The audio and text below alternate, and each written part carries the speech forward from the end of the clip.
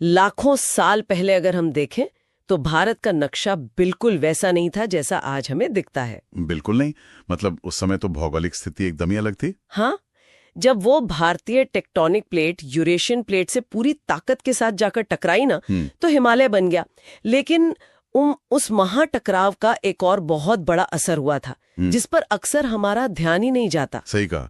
और वो असर था हमारे पूरे प्रायद्वीपीय भारत पर, यानी जो हमारा दक्षिण का पठार है वो उस झटके से पूर्व दिशा की तरफ थोड़ा सा झुक गया था। हाँ, बस एक मामूली सा झुकाव, और धरती के उस एक छोटे से झुकाव ने दक्षिण भारत की पूरी सभ्यता, वहां की खेती, अर्थव्यवस्था और मतलब पूरा का पूरा भूगोल हमेशा के लिए तय कर दिया।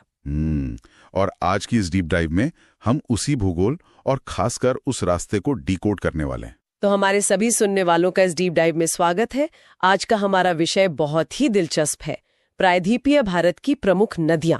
और ये समझना सच में बहुत रोमांचक है कि कैसे उन पुरानी भूगर्भिक हलचलों ने पानी के बहने की दिशा तय कर दी और फिर उसी पानी ने इंसानी बस्तियों को आकार दिया। बिल्कुल। आज हमारे पास जो सोर्स मटेरियल है ना, वो इन्हीं विशाल नदियों जैसे गोदावरी, कृष्णा, कावेरी, महानदी और नर्मदा, इन सब के पूरे तंत्र को समझने पर केंद्रित है। तो डीप डाइव की शुरुआत हम उस नदी से करते हैं जो दक्षिण भारत के इस पूरे इकोसिस्टम की एक तरह से आधारशिला है। हम बात कर रहे हैं गोदावरी की, जिसे दक्षिण गंगा भी कहा जाता है। हाँ, दक्षिण गंगा। महाराष्ट्र के नासिक में त्र्यंबकेश्वर से निकलने वाली ये नदी, मतलब ये आकार और विस्तार में इतनी बड़ी है कि इसे दक्षिण भारत की जीवन रेखा कहना बिल्कुल गलत नहीं होगा। गोदावरी का बेसिन सच में बहुत विशाल है। मतलब ये सिर्फ महाराष्ट्र तक सीमित नहीं रहती, ये तेलंगाना, आंध्र प्रदेश, छत्तीसगढ़ और उड़ीसा के भी कुछ हिस्सों तक अपना प्रभाव छोड़ती है। और इतने बड़े बेसिन का सीधा सा मतलब है कि इसमें अनगिनत छोटी बड़ी नदियां आकर मिलती होंगी। एग्जैक्टली। और यहीं पर स्टूडेंट्स या आम लोगों की सबसे बड़ी उलझन शुरू होती है कि भाई इतनी सारी सहायक नदियों को याद कैसे रखा जाए। हाँ, सही कहा। और इसी उलझन को सुलझाने के लिए हमारे सोर्स नोट्स में एक बहुत ही विजुअल और मजेदार मेमोरी ट्रिक दी गई है। मैंने जब इसे पढ़ा तो मुझे लगा, यार ये कितनी आसानी से पूरे गोदावरी बेसिन को एक ही वाक्य में समेट लेती है। अच्छा, तो वो ट्रिक क्या है? वो वाक्य कुछ इस तरह है: गोदावरी के पास वर्धा की इंदिरा ने सबको मंजिल दिखाई। अरे वाह, गोदावरी के पास वर्धा की इंदिरा ने सबको मंजिल दिखाई। सुनने में एक कहानी जैसा लगता है ना? अब अगर मैं इसे डिकोड करूं तो इसमें जो पास शब्द है, प और स, वो हमें पेनगंगा और वैनगंगा की याद दिलाता है। बहुत बढ़िया। फिर वर्धा तो सीधे तौर पर नदी का ही नाम हो गया, इंदिरा से बन गई इंद्रावती, सबको से सबरी नदी और मंजिल से मंजिरा नदी। मतलब एक छोटी सी लाइन में 6 प्रमुख सहायक नदियां कवर हो गईं। ये तकनीक काम इसलिए करती है क्योंकि हमारा जो दिमाग है ना, वो अलग अलग सूखे तथ्यों की तुलना में किसी कहानी या विजुअल को ज्यादा आसानी से पकड़ता है। बिल्कुल। और अगर हम गोदावरी के इंफ्रास्ट्रक्चर की बात करें, क्योंकि वो भी उतना ही जरूरी है, तो इस पर महाराष्ट्र में जायकवाड़ी बांध है और आंध्र प्रदेश में पोलावरम प्रोजेक्ट जैसा विशाल निर्माण है। पोलावरम प्रोजेक्ट के बारे में तो मैंने सुना है, वो काफी चर्चा में रहता है। हाँ, पोलावरम अपने आप में एक बहुत ही महत्वाकांक्षी योजना है। इसका मुख्य उद्देश्य यही है कि गोदावरी के अतिरिक्त पानी को दूसरी नदियों के बेसिन तक पहुंचाया जाए ताकि जो सूखे की समस्या होती है उससे निपटा जा सके। यहाँ पर मैं एक बात शेयर करना चाहती हूँ। जब मैं आज का सोर्स मटेरियल पढ़ रही थी तो उसमें एक ट्रिविया सवाल था जिसने मुझे थोड़ा अटका दिया। अच्छा, क्या सवाल था? सवाल था कि इनमें से कौन सी गोदावरी की सहायक नदी नहीं है, और विकल्प दिए गए थे इंद्रावती, मंजिरा, पेनगंगा और अमरावती। ओके, ये बहुत ही क्लासिक सवाल है। सच बताऊं तो अमरावती नाम सुनते ही मेरे दिमाग में तुरंत महाराष्ट्र के अमरावती शहर और आंध्र प्रदेश की राजधानी का ख्याल आया। तो मुझे लगा कि यार ये गोदावरी की सहायक नदी होगी। और यही वो ट्रैप है जिसमें अक्सर लोग फंस जाते हैं। बिल्कुल। लेकिन फिर मैंने उस मेमोरी ट्रिक को याद किया। गोदावरी के पास वर्धा की इंदिरा ने सबको मंजिल दिखाई, उसमें तो अमरावती का कोई जिक्र ही नहीं था। एग्जैक्टली। यानी अमरावती सही जवाब था, वो गोदावरी की सहायक नदी नहीं है। हाँ, भूगोल में ना अक्सर ऐसे नाम होते हैं जो सांस्कृतिक या क्षेत्रीय रूप से किसी खास जगह से जुड़े हुए लगते हैं, लेकिन उनका जो भौगोलिक यथार्थ है वो एकदम अलग होता है। अमरावती दरअसल गोदावरी की नहीं बल्कि कावेरी की सहायक नदी है, जिस पर हम अभी आगे बात करेंगे। तो गोदावरी के बाद अगर हम दक्षिण भारत की दूसरी सबसे बड़ी नदी की तरफ चलें तो वो है कृष्णा नदी। जी, कृष्णा नदी। इसका उद्गम भी महाराष्ट्र में ही होता है। पर की जगह जहां से गोदावरी निकलती है, कृष्णा महाबलेश्वर की पहाड़ियों से निकलती है। और कृष्णा नदी का बहाव क्षेत्र भी गोदावरी की तरह ही बहुत विशाल है। और ये भी पूर्व की तरफ उसी पठारी ढलान का अनुसरण करती है जिसके बारे में हमने शुरुआत में बात की थी। कृषि और ऐतिहासिक नजरिए से कृष्णा नदी का बहुत ज्यादा महत्व है। और इसकी सहायक नदियों को याद रखना भी उतना ही दिलचस्प है। इसकी मेमोरी ट्रिक थोड़ी सी पौराणिक वाइब देती है। अच्छा, कृष्णा नदी की ट्रिक क्या है? ट्रिक है, कृष्णा ने भीम को घाट और माल पर मसी के साथ तुंगभद्रा दिखाई। मसी के साथ तुंगभद्रा दिखाई। हाँ, अब इसे डिकोड करना काफी आसान है। भीम से हो गई भीमा नदी, घाट से घाट प्रभा और माल से माल प्रभा। बहुत आसान है ये तो। फिर मसी से मूसी नदी, वही मूसी जिसके किनारे हमारा हैदराबाद शहर बसा हुआ है, और अंत में तुंगभद्रा। तुंगभद्रा का नाम आते ही ना सीधा मध्यकालीन भारत का इतिहास याद आ जाता है। अगर हम याद करें तो विजयनगर साम्राज्य की राजधानी जो थी हम्पी, वो इसी तुंगभद्रा नदी के किनारे बसी थी। क्या बात है। खैर, कृष्णा नदी सिर्फ अपने इतिहास के लिए नहीं जानी जाती, इस पर बने इंजीनियरिंग चमत्कार भी कमाल के हैं। जैसे तेलंगाना और आंध्र प्रदेश के बॉर्डर पर बना नागार्जुन सागर बांध। हाँ। फिर आंध्र प्रदेश का श्रीशैलम बांध और कर्नाटक का अलमाटी बांध। ये जो नागार्जुन सागर बांध है ना, हाँ। इसको लेकर सोर्स में एक बहुत ही दिलचस्प तथ्य दिया हुआ था। ये दुनिया के सबसे बड़े चिनाई वाले मतलब मेसनरी बांधों में से एक है। बिल्कुल। और अक्सर लोग बांधों को सिर्फ कंक्रीट की एक बहुत बड़ी दीवार समझ लेते हैं, लेकिन मेसनरी बांध का मतलब है कि इसे पत्थरों और ईंटों की चिनाई से बनाया गया है। और ये कोई आसान काम नहीं है। मेसनरी बांध बनाना एक बहुत ही ज्यादा श्रम साध्य काम होता है। इसके लिए आपको नीचे एक बहुत ही ठोस चट्टानी आधार मतलब एकदम रॉक फाउंडेशन की जरूरत होती है, जो पानी के इतने भारी दबाव को सह सके। एग्जैक्टली। नागार्जुन सागर का निर्माण उस समय की एक बहुत बड़ी तकनीकी उपलब्धि मानी जाती है। ये प्रोजेक्ट सिर्फ बिजली नहीं बनाता बल्कि लाखों हेक्टेयर जमीन की प्यास भी बुझाता है। लेकिन यहां मुझे एक विरोधाभास दिखता है।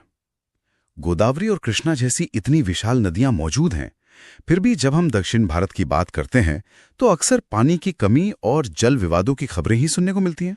हाँ, ये कड़वी सच्चाई है। और ये तनातनी हमें सीधे उस नदी की तरफ ले जाती है जो करोड़ों लोगों की आस्था का केंद्र भी है और विवादों का अखाड़ा भी, यानी कावेरी नदी। ये संक्रमण बहुत महत्वपूर्ण है। देखिए, कावेरी गोदावरी और कृष्णा के मुकाबले आकार में छोटी जरूर है, लेकिन दक्षिण भारत खासकर कर्नाटक और तमिलनाडु के जो कृषि चक्र हैं, उनके लिए ये किसी जीवन रेखा से कम नहीं है।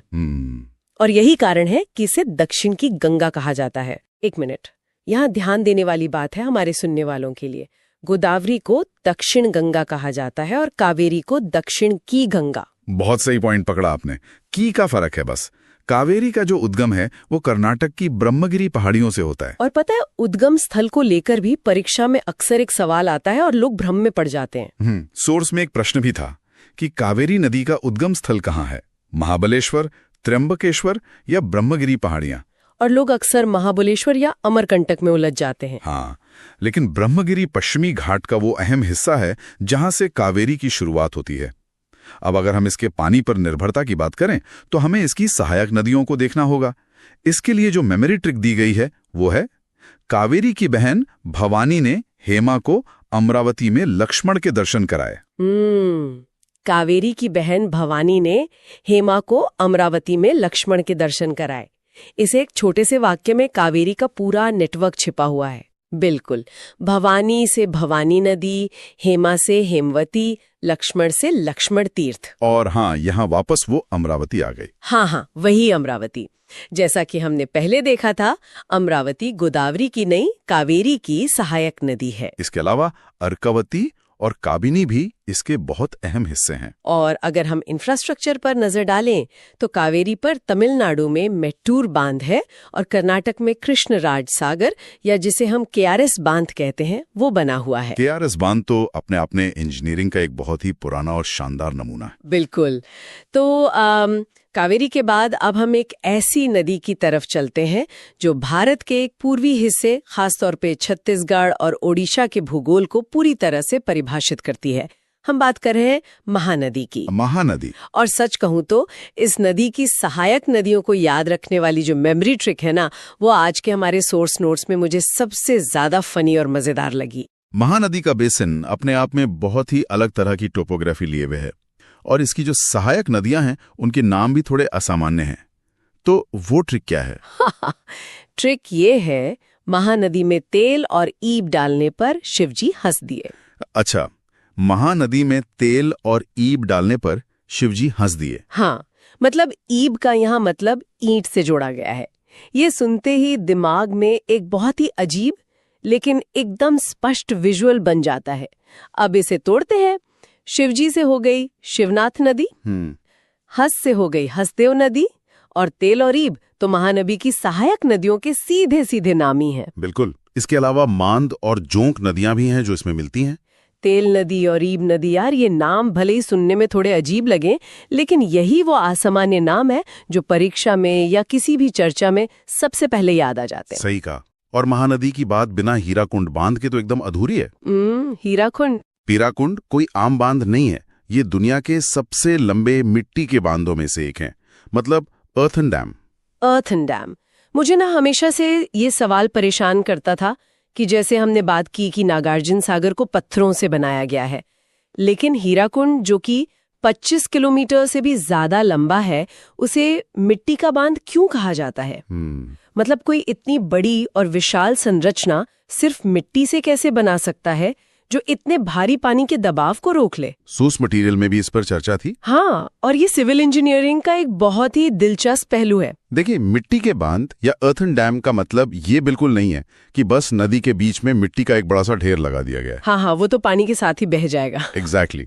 इसमें होता क्या है कि एक विशेष प्रकार की मिट्टी, बजरी और चट्टानों को बेहद सघन तरीके से, मतलब बहुत ही कम्पैक्ट करके लेयर बाय लेयर बिछाया जाता है। अच्छा। और इसके ठीक बीच में एक अभेद्य कोर होता है जिसे इम्परवियस कोर कहते हैं, जो पानी को आर पार रिसने से रोकता है। लेकिन वहां मिट्टी का ही इस्तेमाल क्यों किया गया? क्योंकि महानदी का जो फैलाव था वो बहुत चौड़ा था। वहां नागार्जुन सागर की तरह कोई गहरी और संकरी चट्टानी घाटी नहीं थी जहां कंक्रीट या मेसनरी का बांध आसानी से टिक सके।